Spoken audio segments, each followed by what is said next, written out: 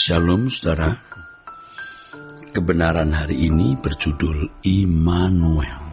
Saudaraku, di zaman perjanjian baru, Allah berkenan hadir dalam kehidupan manusia.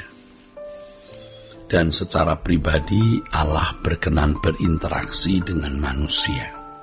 Itulah sebabnya Yesus dijuluki sebagai Immanuel. Kata Immanuel sebenarnya berasal dari bahasa Ibrani, El dan Imanu. El itu Allah, ya, Elohim. Imanu artinya bersama-sama dengan. Jadi Immanuel artinya Allah beserta atau dengan kita. Inilah julukan untuk Yesus, Sang Juru Selamat, anak darah Maria. Malaikat sendiri sebagai utusan Allah yang menyampaikan hal itu, malaikat sendiri, ya, sebagai utusan Allah yang menyampaikan hal ini. Kata Immanuel sebenarnya sangat luar biasa. Allah yang bertahta di tempat yang maha tinggi, di terang yang tak terhampiri, berkenan hadir dalam kehidupan individu manusia untuk berinteraksi secara individu dengan manusia. Ini luar biasa. Anugerah yang begitu besar ini juga merupakan kehormatan yang luar biasa. Di balik kata Immanuel dalam perjanjian baru ditunjukkan bahwa Allah berkenan menggelar keadaan dan ruangan di mana Allah hadir dalam pergumulan hidup manusia secara nyata. Pergumulan hidup yang di dalamnya Allah berkenan hadir adalah pergumulan hidup terkait dengan keselamatan, yaitu bagaimana manusia dikembalikan ke rancangan Allah semula, yaitu manusia diubah untuk menjadi segambar dan serupa dengan Allah. Dalam hal ini maksud kehadiran Allah dalam hidup manusia harus dipahami dengan benar. Kesalahan memahami maksud kehadiran Allah mengakibatkan manusia tidak mengalami kehadirannya. Untuk ini orang percaya harus benar-benar mengerti mengenai concern atau kepedulian urusan perhatian Allah dalam kehidupan umat pilihan. Inilah inti Injil itu, yaitu keselamatan, yaitu manusia diubahkan untuk menjadi manusia sesuai dengan rancangan Allah, di mana Yesus adalah model manusia tersebut, model manusia yang dikehendaki Allah, yang mutlak harus kita teladani. Jika ada pengajaran yang tidak menekankan hal ini, ya itu bukan Injil, saudara. Ya, itu bukan Injil. Saudara, di zaman perjanjian baru, orang percaya dapat memperoleh meterai Roh Kudus dan bisa hidup dalam perjumpaan dengan Allah setiap saat.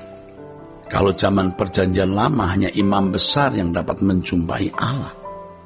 Perjumpaan imam besar dengan Allah setahun sekali di ruang maha suci bukanlah perjumpaan ideal yang Allah inginkan. Allah mengendaki sebuah keintiman sebagai bapa dengan anak-anaknya. Dalam hal ini dimungkinkan setiap individu orang percaya itu mengalami percakapan terus-menerus dengan Allah, tiada henti, ya, tiada henti dan tanpa batas. Ya, seperti nafas tidak boleh berhenti mati berarti, saudara. Interaksi dengan Allah itu dapat terjadi atau berlangsung setiap saat, dimanapun dan dalam segala hal. Itulah sebabnya, saudara, firman Allah mengatakan Allah bekerja dalam segala sesuatu, mendatangkan kebaikan bagi orang percaya yang mengasihi Dia. Ini berarti tidak ada wilayah dan tidak ada waktu dalam hidup orang percaya di luar kehadiran Allah. Namun apakah seseorang mengalami kehadirannya atau tidak, ya tergantung pada individu orang tersebut. Tuhan tidak paksa, saudara. Allah tidak paksa, saudara. Ya, kita tidak harus melihat Allah secara fisik, ya, baru percaya terhadap kehadirannya. Kalau kita menuntut Allah menyatakan diri secara fisik dengan tanda-tanda nyata secara lahiriah, maka kita tidak belajar memiliki kepekaan dan ketajaman merasakan kehadiran Allah. Kita tidak memiliki kepekaan untuk bisa hidup di hadirat Allah kalau kita menuntut tanda-tanda fisik. Tuhan Yesus menyatakan bahwa orang yang tidak melihat, Tuhan Yesus menyatakan bahwa orang yang tidak melihat tetapi percaya adalah orang-orang yang berbahagia. Tuhan menghendaki orang percaya dapat percaya kepada Dia walau tidak melihat. Nah, namanya iman itu, saudaraku. Percaya walau tidak melihat. Dalam hal ini seharusnya orang percaya berlatih terus untuk percaya dengan iman, bukan dengan penglihatan atau dengan perasaannya sendiri.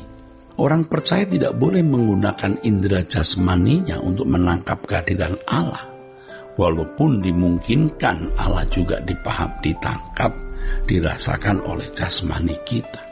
Tapi jangan menuntut tanda-tanda lahiriah seperti itu. Orang percaya harus belajar mengerti kehendak Allah dan menyerah terhadap setiap keadaan yang Tuhan izinkan harus dialaminya, walau sangat mungkin keadaan tersebut menyakitkan. Tidak ada kejadian dan keadaan yang kita alami di luar kontrol Allah. Kita percaya Allah hadir walau keadaan hidup kita tidak sesuai dengan yang kita kehendaki. Kita percaya Allah hadir walau keadaan hidup kita tidak sesuai dengan yang kita kehendaki, saudaraku. Banyak orang meragukan kehadiran Allah sebab keadaan hidupnya tidak sesuai dengan keinginannya, meskipun dia sudah berdoa meminta pertolongan campur tangan Tuhan, ya.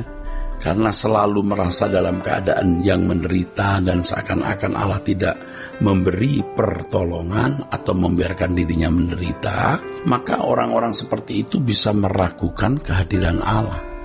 Apa Allah itu ada ya?